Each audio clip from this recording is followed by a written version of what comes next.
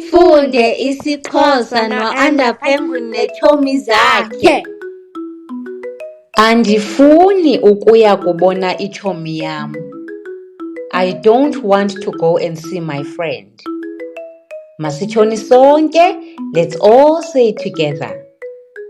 Andifuni ukuya kubona itshomi yam. Kwakhona, again.